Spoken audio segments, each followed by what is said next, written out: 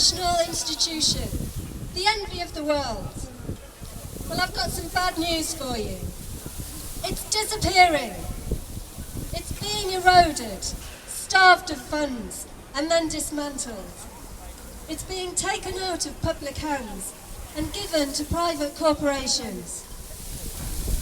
There are many examples of this happening all around the country, but the biggest challenge for us is what that means locally, in our footprint. Our hospital, Darlington Memorial Hospital, is under threat, serious threat. There's a very strong chance that we will lose the A&E department from Darlington Memorial Hospital. This would be devastating for our local hospital, for recruitment and retention of staff, for keeping other services like consultant-led maternity services, high dependency beds and acute surgery. We need a fully functioning hospital in Darlington, without doubt. Being alive is pretty important, and you cannot guarantee that your life will be saved if your nearest A&E is an hour's drive away on a good day.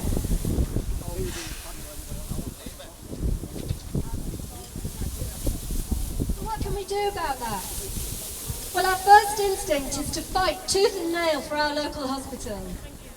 But there's a problem with that. If we fight just for our hospital, and we win that fight and we save our A&E, then the people of Stockton Borough will lose theirs. And that is wrong. It is fundamentally wrong that either hospital should lose their A&E. So what we have to do is we have to fight the privatisation of our NHS. We know our NHS is being dismantled so that private companies can take it over and the greedy people at the top can make more money. And we know that is wrong. Our NHS should be available free at the point of need for all people, irrespective of their background, their circumstances or their ability to pay. Why is that such a problem for our government? Well, I'll tell you why.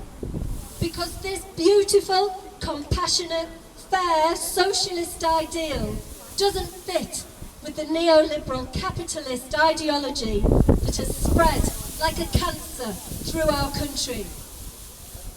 It is no coincidence that as this dominant, profit-driven, free market ideology has grown and grown, the funding and support for our NHS has diminished exponentially. We have got to stop it. We don't want an American-style commercial model of healthcare in our country. We don't want the likes of Trump and his corporate buddies owning our NHS. In fact, you don't need to look so far across the water to see the pound signs rolling in the eyes of big businesses. We've all heard of cheeky chappy Richard Branson, haven't we? The same Richard Branson who's reportedly paid no tax in the UK since 2013.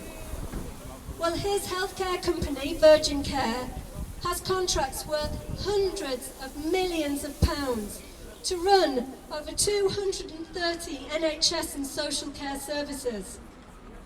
Yet Virgin Care is one of at least 10 private health funds that make use of tax havens in their corporate structures.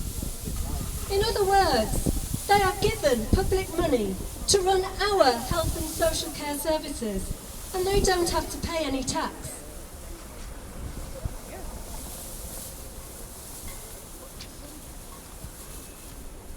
This is the reality of privatisation.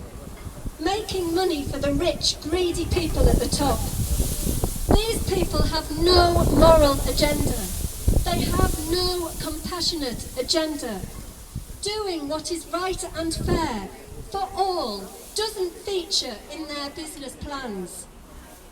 In fact, the trade deals our government can and will sign with these corporations puts their profits above all else. They could even sue our government for more money if their profits are affected.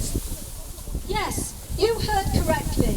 Profits. are becoming more important than people in our NHS.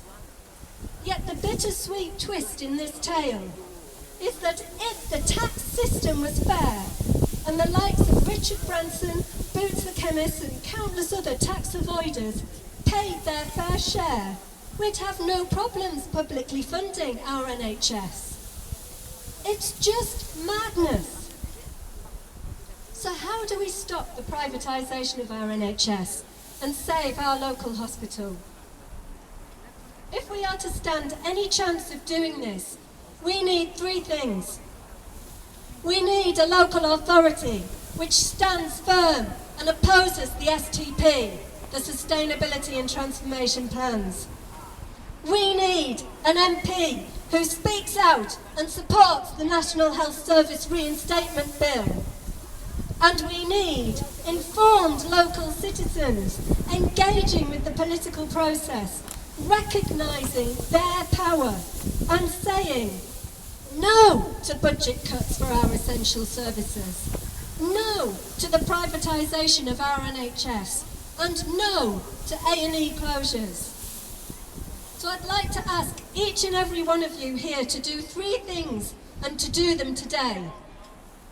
Email your local councillors and ask them to oppose the STP.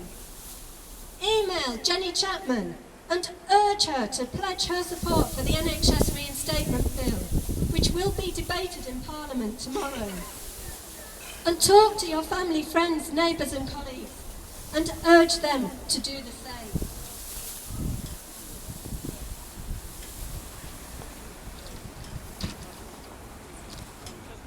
And I've got one last question for you, just before I go. And when you know the answer, I want you to shout it as loudly as you can. Whose NHS? Our NHS! Whose NHS? Our NHS! Whose NHS? Our NHS! Remember that.